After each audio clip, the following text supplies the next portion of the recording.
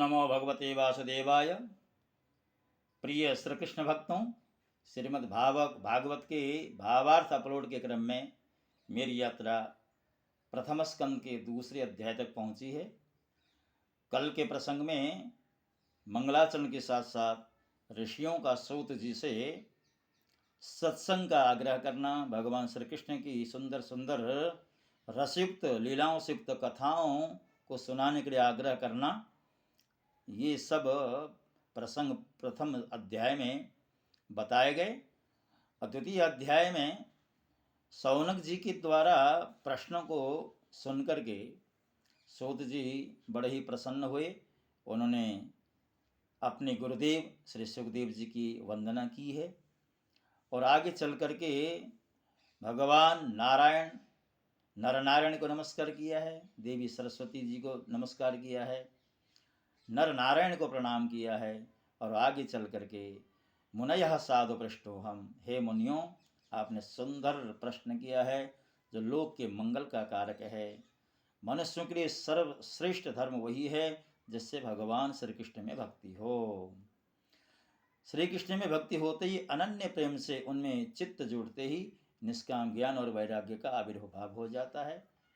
धर्म का ठीक ठीक अनुष्ठान करने पर भी यदि मनुष्य के हृदय में भगवान के लीलाओं कथाओं के प्रति अनुराग का उदय न हो तो वह निराश्रम ही कहलाता है। धर्म का फल है मोक्ष, उसकी सार्थकता अर्थ प्राप्ति में नहीं। अर्थ केवल धर्म के लिए है, भोग विलास उसका विषय नहीं, उसका फल नहीं होता है। भोग विलास का फल इंद्रिय को तृप्त करना नहीं, उसका प्रयोजन केवल जीवन निर्वाह होता है। जीवन का फल भी तत्व जिज्ञासा है, बहुत कर्म करके स्वर्ग आदि प्राप्त करना उसका उद्देश्य नहीं, उसका फल नहीं है। यहाँ पर बताया श्रद्धालुजन मुनिगण भागवत श्रवण से प्राप्त ज्ञान वैराग्य भक्ति से अपने हृदय में उस परम तत्व परमात्मा का अनुभव करते हैं। इसलिए एकाग्र मन से भक्त वत्सल भगवान का नित्य निरंतर श्रवण कीर्तन ध्यान और आराधन करनी चाहिए। सौनकादि ऋषियों पवित्र तीर्थों का सेवन करने से महत सेवा तरंतर श्रवण की इच्छा, फिर श्रद्धा, तत्पश्चात भगवत कथा में रुचि होती है। जब श्रीमद् भागवत अथवा भगवत भक्तों के निरंतर सेवन से अशुभ वासनाएं नष्ट हो जाती हैं, तब पवित्र कीर्ति भगवान श्री कृष्ण के प्रति स्थायी प्रेम की प्राप्ति हो जाती है। इस प्रकार भगवान की प्रेममय भक्ति से जब संसार की समस्त आसक्तियां मिट जाती हैं, हृदय आनंद से भर आता है, तब भगवान के तत्व का अनुभव अपने आप होने लगता है। बताया हृदय में आत्मस्वरूप भगवान का साक्षात्कार होते ही हृदय की ग्रंथि टूट जाती है, सारे संशय मिट जाते हैं और कर्म बंधन सदा के लिए नष्ट हो जाता है। इसी से बुद्धिमान लोग नित्य निरंतर बड़े आनंद से भगवान श्री कृष्ण के प्रति प्रेम भक्ति करते हैं, जिससे आत्म प्रसाद की प्राप्ति हो जाया करती है।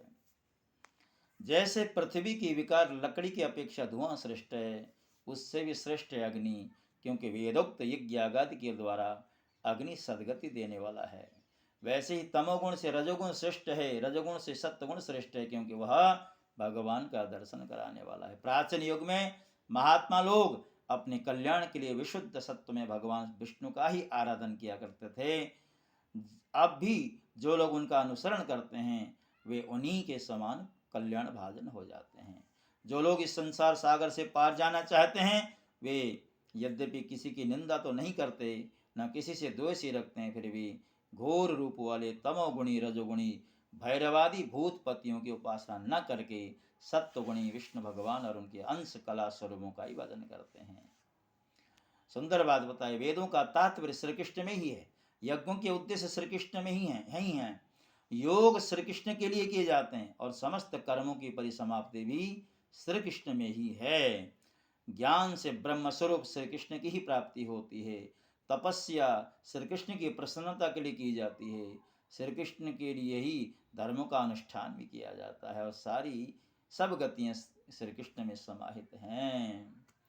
सुंदर बात बताई, यद्यपि भगवान श्री कृष्ण प्रकृति और उसके गुणों से अतीत हैं, फिर भी अपनी गुणमयी माया से जो प्रपंच की दृष्टि से हैं और तत्व की दृष्टि से नहीं।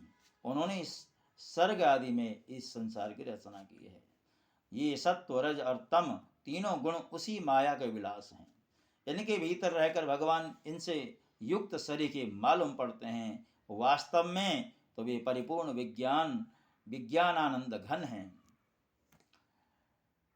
भगवान ही सूक्ष्म भूत तन्मात्र इंद्रिय तथा अंतकरण आदि गुणों के विकारभूत भावों के द्वारा नाना प्रकार की योनियों का निर्माण करते हैं और उनमें भिन्न भिन्न जीवों के रूप में प्रवेश करके उन योनियों के अनुरूप विषयों का उपभोग करते कराते रहते हैं।